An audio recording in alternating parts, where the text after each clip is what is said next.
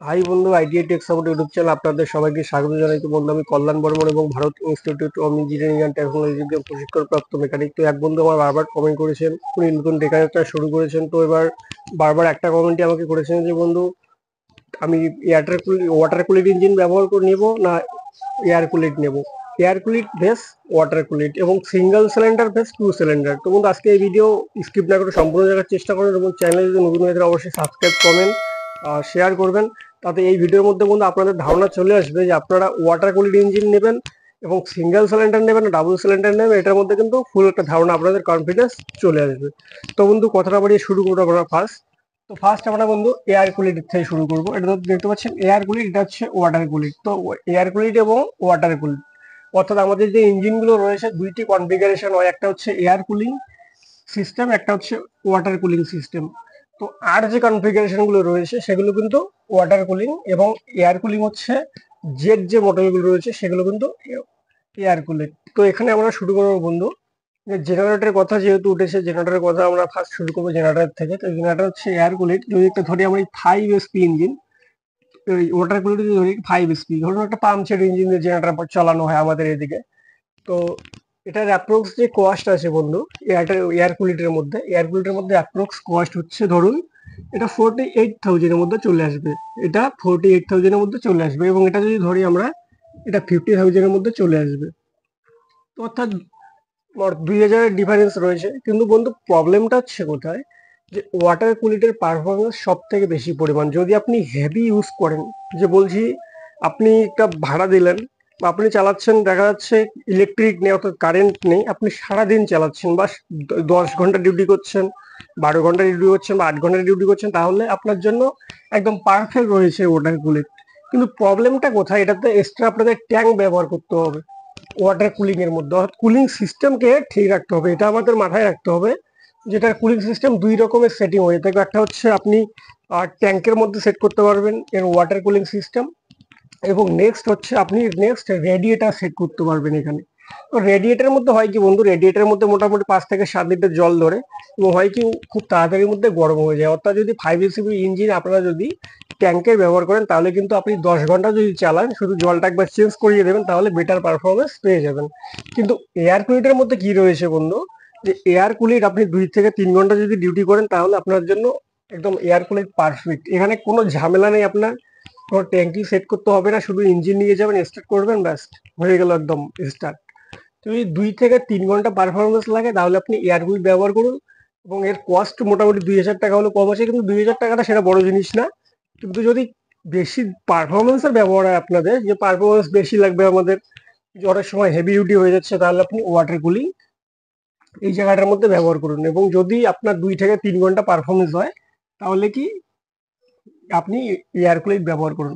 এবং এই জায়গাটা ডিফারেন্স বন্ধু, আপনি যে কস্টের কথা বলেছেন দাদা, ওয়াটার কুলিং এর কস্ট বেশি হবে না এয়ার কুলিং এর কস্ট বেশি হবে। যদি আপনি মেনটেন্যান্স এর কথা বলি বন্ধু, যে মেনটেন্যান্স কিন্তু এয়ার কুলিটের মধ্যে সব থেকে বেশি পরিমাণ হবে। অর্থাৎ হয় কি, যদি আপনি ধরুন একটা ভাড়াতে দিয়ে দেখা যাচ্ছে আপনার 2 থেকে 3 ঘন্টা হলো না, সেই জায়গাটায় প্লাস হয়ে গিয়ে এখানে 7 ঘন্টা হয়ে গেলো। তো 7 ঘন্টা যদি একটা এয়ার কুলিড ইঞ্জিন চালানো হয়, তো বন্ধু লুব্রিকেটিং সিস্টেম যে রয়েছে, ধরুন আমরা কি ব্যবহার করি, সিএনজি মাল্টিগ্রেড 2040 বা 2050। তো হচ্ছে কি, যে 50 ডিগ্রি সেলসিয়াস পার হয়ে যাচ্ছে, এত পরিমাণ গরম হয়ে যাচ্ছে ইঞ্জিন। এবং জেনারেটারের মধ্যে যেহেতু লোড রয়েছে, ধরুন ওটা 5 KVA যদি আমি ধরি, এখানে 5 KVA, তো 5 SP মধ্যে বেসিক্যালি 5 KVA আমরা অ্যাড করবো। তো এটা ধরুন কারেন্ট বেরোচ্ছে 4 KVA বেরোচ্ছে ধরুন ইঞ্জিনটা থেকে, তো প্রচন্ড লোডে চলছে।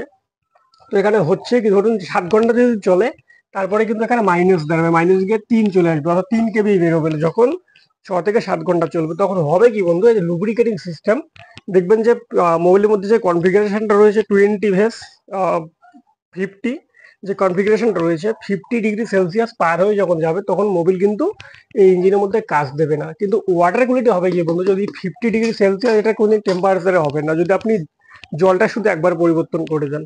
এবং জলের মধ্যে অনেক লিকুইড রয়েছে, সেগুলো যদি ব্যবহার করেন আরো ভালো, আরো অত হিট হবে না। এবং এবার নেক্সট চলে আসবে বন্ধু, যেটা আমি বললাম একদম সাধারণ যেটা কথা, যদি আপনাদের হেভি পারফরমেন্সের ব্যবহার হয়, তাহলে আপনারা এখানে ওয়াটার কুলিট ব্যবহার করুন। যদি আপনাদের কম পারফরমেন্স অর্থাৎ 2 থেকে 1 ঘন্টা, তাহলে আপনি এয়ার কুলিট ব্যবহার করুন। এবং ঝামেলা হচ্ছে এতটুকুই যে এটার মধ্যে এক্সট্রা ট্যাঙ্কের ব্যবহার করতে হবে, রেডিয়েটরের ব্যবহার করতে হয়, এবং এটার মধ্যে কিচ্ছু ব্যবহার করতে হবে না, জাস্ট ইঞ্জিন নিয়ে গিয়ে স্টার্ট করুন হয়ে গেল। এটার মধ্যে সিস্টেম করে দেওয়া রয়েছে। তো এতটুকু হচ্ছে এটার মধ্যে পার্থক্য। তো বন্ধু এবার চলে আসবো সিঙ্গেল ইঞ্জিন, ডাবল ইঞ্জিন এর মধ্যে ডিফারেন্স কি রয়েছে। তো বন্ধু যদি একটা 5 SP ধরি আমি, ধরো এটা এটা হচ্ছে 5 SP একটা পাম্প সেট। তো এখানে +5, এটাও 5 SP, 5 SP ডুয়েল, অর্থাৎ ডাবল সিলিন্ডার, এটার মধ্যে ডাবল সিলিন্ডার। এটা ইন্ডিয়ার মধ্যে কিন্তু আমাদের অ্যাভেলেবেল রয়েছে, আপনারা যে কোনো জায়গায় পেয়ে যাবেন। কিন্তু বন্ধু প্রবলেমটা কোথায় হচ্ছে, যে যখন আপনারা ডাবল সিলিন্ডার ব্যবহার করবেন তখন কিন্তু আপনাদের যে টেকনিশিয়ান, সব থেকে অভিজ্ঞ টেকনিশিয়ানের প্রয়োজন হয় এই জায়গাটার মধ্যে। যেহেতু বন্ধু আমি একজন টেকনিশিয়ান, আমি অনেক দেখেছি যে এই ডাবল সিলিন্ডারের মধ্যে সব থেকে প্রবলেমটা বেশি আসে ফুয়েল সিস্টেমের মধ্যে বেশি চলে আসে প্রবলেমটা। এর কি রকম সিস্টেম রয়েছে বন্ধু, আমি দেখানোর চেষ্টা করবো, এই জায়গাটা ফলো করবেন। যে আপনারা দেখবেন যে ডিজি ইঞ্জিনগুলো যেগুলো রয়েছে, ধরুন ট্র্যাক্টরের ইঞ্জিন বা পিকআপের ইঞ্জিন, যে ইঞ্জিনগুলো রয়েছে গাড়ির মধ্যে, যে ইঞ্জিন এর মধ্যে সিস্টেম রয়েছে কিরকম বন্ধু, এই যে ফুয়েল সিস্টেম রয়েছে দেখবেন, একটা ফুয়েল পাম্প রয়েছে, এক্সট্রা করে একটা ফুয়েল পাম্প রয়েছে। এই পাম্পের মধ্যে যদি 3 সিলিন্ডার হয় তাহলে তিনটে থাকবে এখানে প্লাঞ্জার, যদি 4 সিলিন্ডার হয় তাহলে 4টা থাকবে।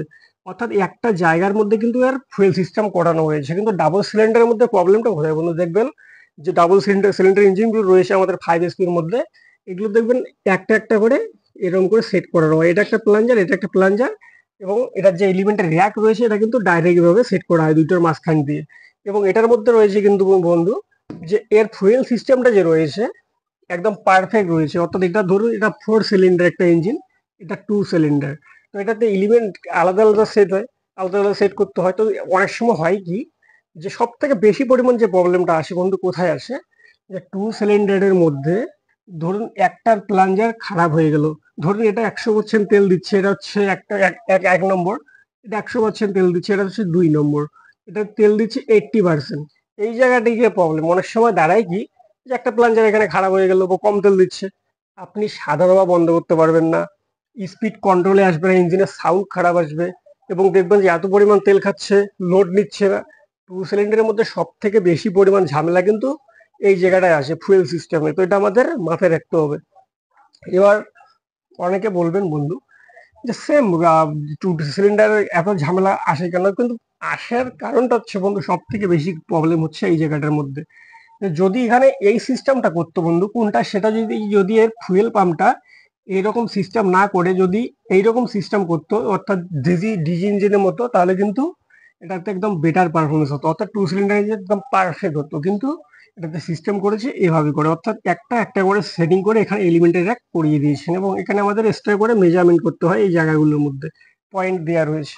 অনেক সময় হয় কি, দেখবেন যে এখানে তেল লাইনের পাইপ একটা হলো কি, এই দুটো একটা করা আছে, তো এটা একটু হালকা জ্যাম হয়ে গেল, এটাতে তেল সঠিক পাচ্ছে, এটাতে পাচ্ছে, হচ্ছে কি একটা সিলিন্ডার স্টার্ট হচ্ছে আর একটা সিলিন্ডার স্টার্ট হচ্ছে না, ধরুন এটা স্টার্ট হচ্ছে না, হচ্ছে কি প্রচন্ড পরিমাণ কালো ধোঁয়া দিচ্ছে। কিছুক্ষণ পরে হচ্ছে কি, যদি এভাবেই চালাচ্ছেন তাহলে হচ্ছে কি আপনার যে তেল রয়েছে তেল বাইরে সাইলেন্সার দিয়ে বেরিয়ে আসছে, মানে প্রচন্ড ঝামেলার মধ্যে পড়তে হয়। তো যদি আপনি ইঞ্জিন বন্ধু নিয়ে থাকেন, তো আপনি এখানে নিতে পারেন। যদি 2 সিলিন্ডার না নিয়ে আপনার যদি বেশি পারফরমেন্স ব্যবহারের জন্য আপনি 10 kVA অল্টারনেটর ব্যবহার করবেন, এটা 10 kVA। তো 10 kVA এর জন্য আপনি এখানে ব্যবহার করতে পারেন, ইঞ্জিন রয়েছে ডিএম 104-এর ইঞ্জিন ব্যবহার করতে পারেন, বা ডিএম 102-এর ইঞ্জিন ব্যবহার করতে পারেন। আপনার 10 kVA যদি অল্টারনেটর হয় তাহলে আপনার 9 kVA একদম পারফেক্ট বেরোবে। অর্থাৎ যদি আপনি এখানে ডিএম 100 সেটিং করে 104, তাহলে আপনার 10 kVA ফুল পারফরমেন্স দেবে। তো আপনি ধরুন 5 SP বা 10 SP নিয়ে নিচ্ছেন, বা 10 করে 20 নিচ্ছেন, তো 20 আপনি কত ব্যবহার করেন, যদি ডাবল সিলিন্ডার নিয়ে থাকেন, ধরুন ডাবল সিলিন্ডার যদি 10+10 করে নিচ্ছেন তাহলে হচ্ছে কি 20। তো 20-র মধ্যে আপনি অল্টারনেটর লাগাবেন কত, আমি বলে দিচ্ছি বন্ধু। বেসিক্যালি যেটা সেটিং হয়, যেখানে লাগাচ্ছেন আপনি 15, সরি এখানে হচ্ছে 15 kVA। তো 15 kVA এর মধ্যে যে 15 বেরোবে তা তো বেরোবে না, হচ্ছে কি আপনার 14 kVA বেরোচ্ছে। তো আপনি 2 সিলিন্ডারের মধ্যে যে কস্টটা রয়েছে অ্যাপ্রক্স অনেকটা বেশি রয়েছে, যেটা দেখবেন যে 2 সিলিন্ডার আপনি নিতে চান তাহলে আপনার এটা ধরুন 1,10,000-এর মতন প্রায় চলে আসবে, ধরুন 1,10,000 বা 15,000 এর মধ্যে চলে আসবে। তো আপনি এটার মধ্যে ডিএম 104 দিয়ে নিয়েছেন, তাহলে আপনার মোটামুটি 60 থেকে 65 হাজারের মধ্যে আপনি কমপ্লিট সেট পেয়ে যাচ্ছেন এটার ইঞ্জিনের। তো তো এটাই হচ্ছে পার্থক্য। আপনি 2 সিলিন্ডার ইঞ্জিন 1 সিলিন্ডারের মধ্যে এতটুকুই তফাৎ যে 1 সিলিন্ডারের মধ্যে কস্ট অনেক কম রয়েছে, যে আপনি যখনই খারাপ হচ্ছে আপনি ইজিলি একদম মেনটেনেন্স করতে পারছেন যখন তখন, যদি টেকনিশিয়ান ভালো না তারপরেও কাজ করিয়ে দেবে। কিন্তু 2 সিলিন্ডারের মধ্যে হবে কি, যদি টেকনিশিয়ান একদম পারফেক্ট লাগবে।